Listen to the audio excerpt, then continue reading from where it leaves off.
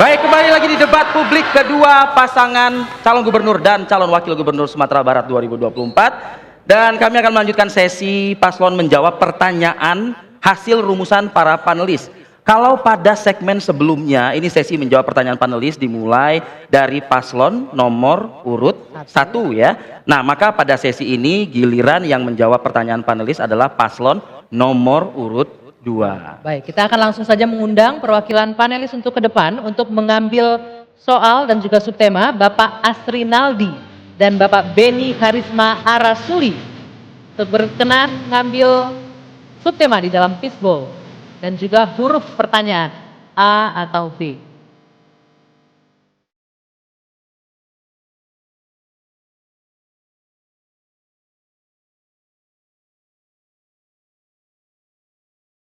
Mohon diperlihatkan ke arah kamera untuk subtemanya. Ya. Subtema nomor 6, pengelolaan lingkungan hidup dan SDA yang inklusif. Baik. Baik. Kita nantikan pertanyaannya, apakah pertanyaan A atau pertanyaan B nih, Anggi? Kita lihat. Ya. Huruf B ya. Pertanyaan B. 6 pertanyaan B. Silakan. 6B. Baik, masih disegel sekali lagi, amplop pertanyaan masih disegel. Kami mengingatkan kepada paslon untuk mendengarkan dengan seksama pertanyaannya karena kami hanya membacakan satu kali. Dan pertanyaannya adalah untuk paslon nomor urut 2. Isu lingkungan yang selalu mendapat perhatian masyarakat Sumatera Barat adalah masalah pertambangan tanpa izin atau PETI di sejumlah kabupaten kota. Pertanyaannya, dalam rangka menjaga kelestarian lingkungan, apa strategi paslon untuk menyelesaikan masalah PETI secara terkoordinasi dengan kabupaten kota?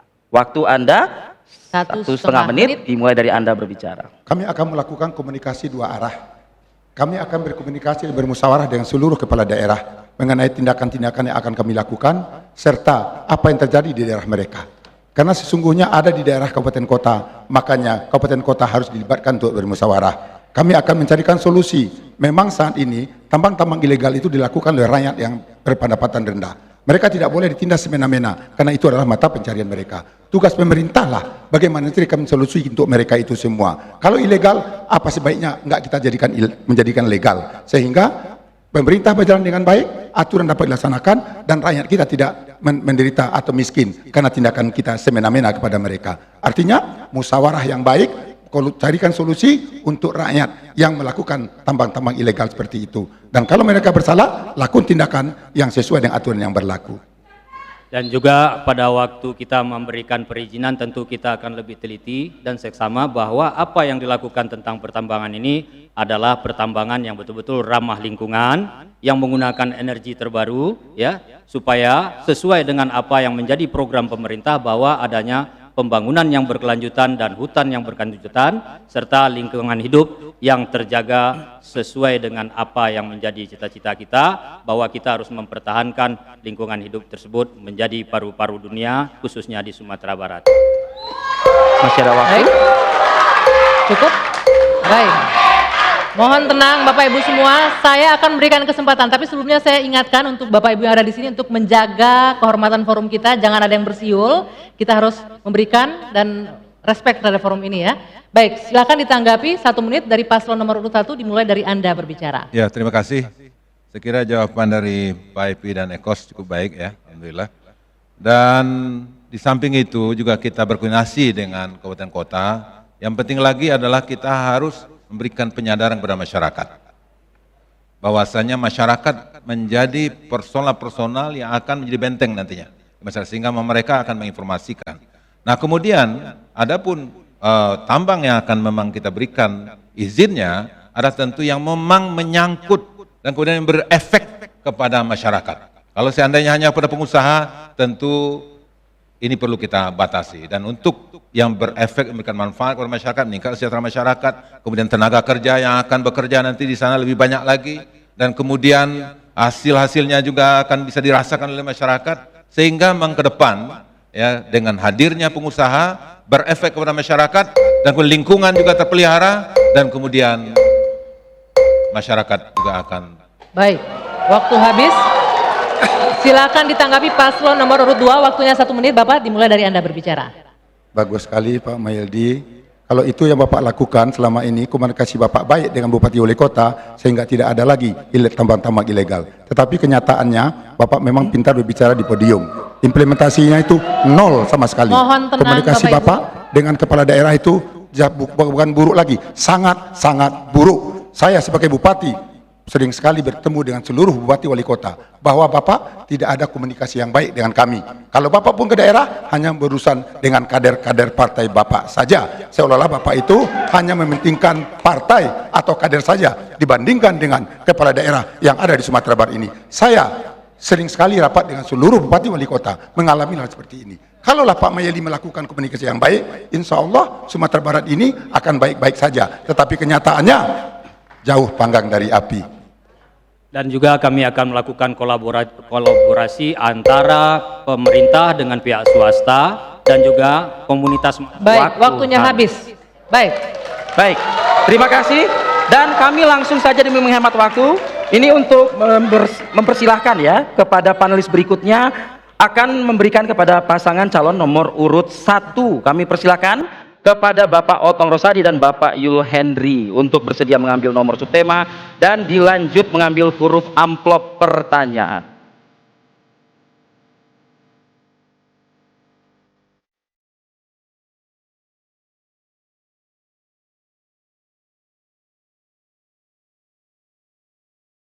Kita lihat subtemanya yang diambil, yang dipilih adalah, mohon diperlihatkan ke kamera Bapak. Subtema nomor 3. Pemerataan pembangunan. Terima kasih. Silakan untuk pertanyaan huruf A atau B. Huruf A, 3A. Baik. Terima kasih Bapak-bapak. Silakan kembali ke tempat. Baik, pemirsa dan juga hadirin di studio, ini masih tersegel, artinya ini masih terjaga kerahasiaan dari soalnya. Baik, mohon disimak dengan seksama. Pembangunan tol Trans Sumatera ditujukan untuk menghubungkan koridor barat dan timur Sumatera. Salah satu tantangan pembangunan jalan tol adalah penyediaan tanah. Pertanyaannya, apa langkah konkret paslon untuk memastikan penyelesaian masalah tanah pembangunan jalan tol berjalan dengan baik? Silakan dijawab, waktunya 1,5 menit dimulai dari Anda berbicara. Terima kasih. Memang penyediaan tanah itu akan kita lakukan ketika sudah ada trase yang dikirimkan dari pusat ke daerah dan kemudian kita tetapkan lokasinya. Nah, kemudian setelah itu kita membentuk tim yang melibatkan unsur-unsur terkait dan kemudian juga masyarakat seperti yang kita lakukan di Sumatera Barat. Ketika saya menjadi gubernur, ya, tol itu agak ada percepatan setelah kami berada di Sumatera Barat, sehingga insya Allah dalam waktu yang tidak begitu lama pelaksanaan tol juga akan bisa diresmikan insya Allah. Mudah-mudahan dalam 100 hari nanti kinerja kita akan bisa kesanakan.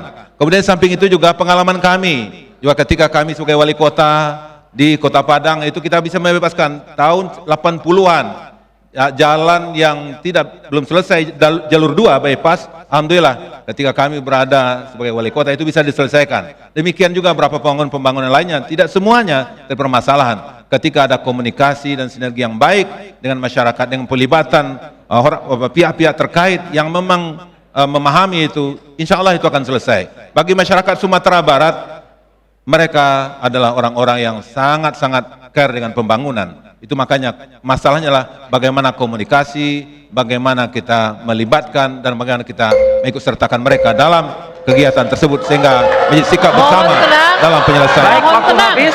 Paslon nomor urut 1, terima kasih. Mohon tenang Bapak Ibu semua. Mohon tenang. Kita tidak akan lanjutkan kalau tidak tenang terlebih dahulu. Mohon tenang ya. Harap tenang. Baik, kami persilakan kepada paslon nomor urut 2 untuk menanggapi. Waktu Anda 1 menit dimulai dari Anda berbicara. Saya terenyuh rakyat Sumatera Barat menyaksikan sendiri.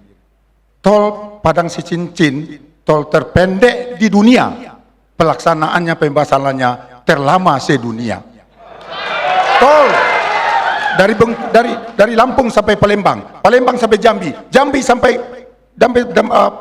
Pekanbaru, Pekanbaru sampai Dumai, sampai ke Aceh, sampai ke Medan, sudah selesai semuanya. Bagaimana Pak Gubernur kita yang baik yang ngomongin seperti ini, tol Padang Cicinjan aja belum selesai sampai sekarang. Ditambah lagi tol tahap 2. Entah kapan ya Pak. Bahkan orang beliau banyak yang ditangkap oleh kejaksaan karena masalah pembebasan lahan ini. Ini membuktikan beliau memang pintar ngomong doang, tapi kerjaannya memang nggak ada sama sekali. Rakyat sudah menilai semuanya. Tol terpanjang, terpendek, pelaksanaannya terlama sedunia. Perlu melibatkan semua pihak termasuk nenek mama dan transparansi pembebasan lahan. Waktu habis, terima kasih.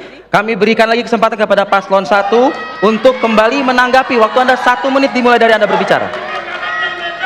Harap Mohon tenang, Bapak Ibu. Ya, lagi-lagi Pak Epi bikin informasi yang hoax lagi. Tol terpendek di dunia katanya. Berapa kilometer emangnya Pak? Itu yang pertama. Yang kedua, sumber ini beda Pak. Kita mempertimbangkan hak ulayat. Banyak pertimbangan kita Pak. Masyarakat Sumatera Barat itu tidak bisa kita semena-mena untuk melakukan pembebasan lahan. Pemerintah harus hadir Pak, merangkul seluruh elemen masyarakat, bukan semena-mena ingin mencapai tujuannya sendiri untuk menghasilkan sebuah hal yang mungkin urusannya bukan urusan Sumatera Barat atau urusan pribadi jadinya.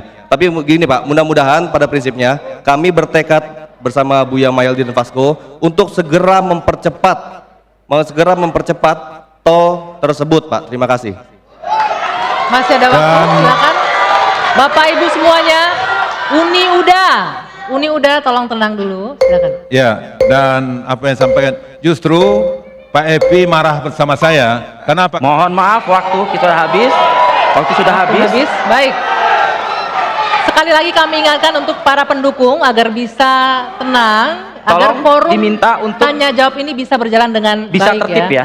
Dan pemirsa di rumah bisa mendengarkan dengan baik. Baik, selanjutnya kami mengundang untuk panelis Khairul Fahmi dan Ibu Rozida Teno Putri Hanida untuk mengambil subtema serta pertanyaan di sesi ini. Pertanyaan ini akan disampaikan untuk paslon nomor urut 2. Silakan Bapak Khairul Fahmi dibuka subtemanya. Temanya adalah Tema 1, pembangunan ekonomi. Baik, terima kasih. Nomor 1, pembangunan ekonomi. Huruf yang dipilih adalah huruf A. baik. Terima kasih kepada panelis. Sekali lagi, amplop masih tersegel dengan rapat. Ini membuktikan transparansi juga ya, Anggi. Dan kami mengingatkan lagi sekali lagi kepada paslon untuk mendengarkan dengan seksama. Karena pertanyaan ini kami bacakan hanya 1 kali kepada paslon nomor urut 2. Ya. Kemajuan SDM Sumbar dalam 10 tahun terakhir naik cukup signifikan. Pembangunan SDM idealnya harus diiringi dengan penyediaan lapangan kerja pada sektor industri, jasa, dan perdagangan. Pertanyaannya, bagaimana strategi paslon untuk menciptakan lapangan kerja baru pada sektor industri, jasa, dan perdagangan? Waktu Anda 1,5 menit dimulai dari Anda berbicara. Kebetulan saya juga seorang entrepreneur dan pengusaha. Kerjasama antara pemerintah dengan pihak ketiga swasta itu sangat dibutuhkan sekali. Disitulah keluasan kita untuk meyakinkan orang-orang, baik perantau kita ataupun yang melakukan investasi di Sumatera Barat, kita paparkan kepada mereka dan kita ajak mereka untuk membangun Sumatera Barat. Memang secara data statistik itu perkembangan SDM kita, IPM kita meningkat, tetapi tidak linear dengan terciptanya lapangan pekerjaan dan juga susahnya orang mencari pekerjaan karena memang sekarang ini pemerintah itu bersifat eksklusif, tidak mau melibatkan orang lain untuk membangun Sumatera Barat ini. Untuk membangun sebuah daerah diperlukan investor. Investor akan datang kalau memang pemerintah daerahnya itu luas untuk berbicara, menyiapkan data-data dan cerdas, tahu aturan apa langkah-langkah yang akan dilakukan untuk menarik investor yang akan datang ke tempat kita. Dan juga kami akan memperluas peran serta UMKM, di mana UMKM tersebut akan membuat pengembangan sektor sehingga menciptakan lapangan pekerjaan baru. Selain daripada itu, pariwisata yang berkelanjutan juga merupakan salah satu diversifikasi bisnis yang akan bisa kami laksanakan dalam rangka juga tetap membuat lapangan pekerjaan baru sehingga nantinya Sumatera Barat semakin jauh dari kesenjangan sosial. Dan tentunya gini rasio akan semakin kecil, mudah-mudahan di tangan kami akan mencapai titik. Baik, waktunya habis. Terima kasih. Silakan paslon nomor urut 1 menanggapi, waktunya 1 menit. Kami persilakan ketika Anda berbicara. Baik, terima kasih. Dari ditandai untuk bisa bergeraknya terbuka lapangan kerja dan investasi. Nah, disinilah kita di Sumatera Barat, alhamdulillah, untuk sampai tahun 2024 ini terjadi peningkatan investasi 11,7 triliun. Jauh berbeda dengan Kabupaten Solo yang Pak Epi pernah menjadi bupati, yaitu dari 124 miliar turun menjadi 13 miliar tahun 2021 yang lalu. Jadi maka saya itu, alhamdulillah, dengan adanya investasi maka terbuka lapangan kerja. Kemudian di samping itu juga ekonomi Sumatera Barat adalah ekonomi UMKM. Maka saya itu memang kita di Sumatera Barat dengan memfungsikan kelembagaan seperti perbankan, maka kita dorong untuk bekerja sama dengan pemerintah provinsi. Di antaranya adalah kita sekarang membantu modal untuk UMKM, sementara melalui Simama namanya. Dan alhamdulillah dengan program ini, maka 1 tahun pertama tidak perlu cicilan. Waktunya habis. Baik. Silahkan kembali paslon. Mohon tenang Bapak Ibu semua. Uni udah mohonlah tenang sakete. Kuliah ya. Oke, silakan direspon Bapak dengan 1 menit, waktunya dimulai ketika Anda berbicara. Terima kasih Pak Mayeli, Bapak ini selalu ngomongnya solok-solok doang ya. Yang kita mau calon gubernur Pak. Bapak mau calon wali kota atau bupati Solo? Yang kita bicarakan konsep membangun Sumatera Barat. Kalau Bapak bicara Solo, buka data dan fakta. Bagaimana investasi di Kabupaten Solo pada saat ini. Alan Panjang, danau sekitarnya itu, sekarang investasi sangat luar biasa Pak. Tapi nggak apa-apa. Kita berbicara untuk global Sumatera Barat. Jangan solok-solok terus yang Bapak bicarakan. Bapak mau maju bupati atau mau jadi gubernur ini. Terlalu pendek. Makanya memang intelektualitas sangat minim beliau ini. Kapasitas dirinya memang bukan untuk jadi gubernur. Cocoknya kapasitas beliau ini hanya untuk wali kota atau bupati. Jika perlu untuk wali negari, kapasitas beliau ini ada. Tenang, Bapak Ibu tenang. Ya. Jadi kami tadi sudah mengetengahkan gagasan bahwa kami di sini mengadu gagasan, bukan berdebat untuk hal yang subjektif. Makanya waktunya habis. Baik. Waktunya habis. Waktu habis. Para hadirin Bapak-bapak dan Ibu-ibu yang ada di tempat ini, kami mengingatkan sekali lagi, ketika kita mungkin bersorak-sorai begitu ya, kasihan juga untuk paslon-paslon ini kan, untuk fokusnya fokus terpecah dan jadinya. konsentrasi. Ya. Kita minta untuk sama-sama tertib, bisa? Baik, terima kasih. Sepakat ya. Dan tentunya ini masih juga akan terus kita hadirkan ya. Dan ini lebih seru lagi. Lebih seru lagi. Di sesi ini kami mengharapkan pendukung juga agar lebih tenang, karena di sesi ini, sesi selanjutnya crossfire, saling bertanya antara pasangan calon. Jadi jangan kemana-mana, tetaplah di debat publik kedua calon gubernur dan wakil gubernur provinsi Sumatera Barat tahun 2024.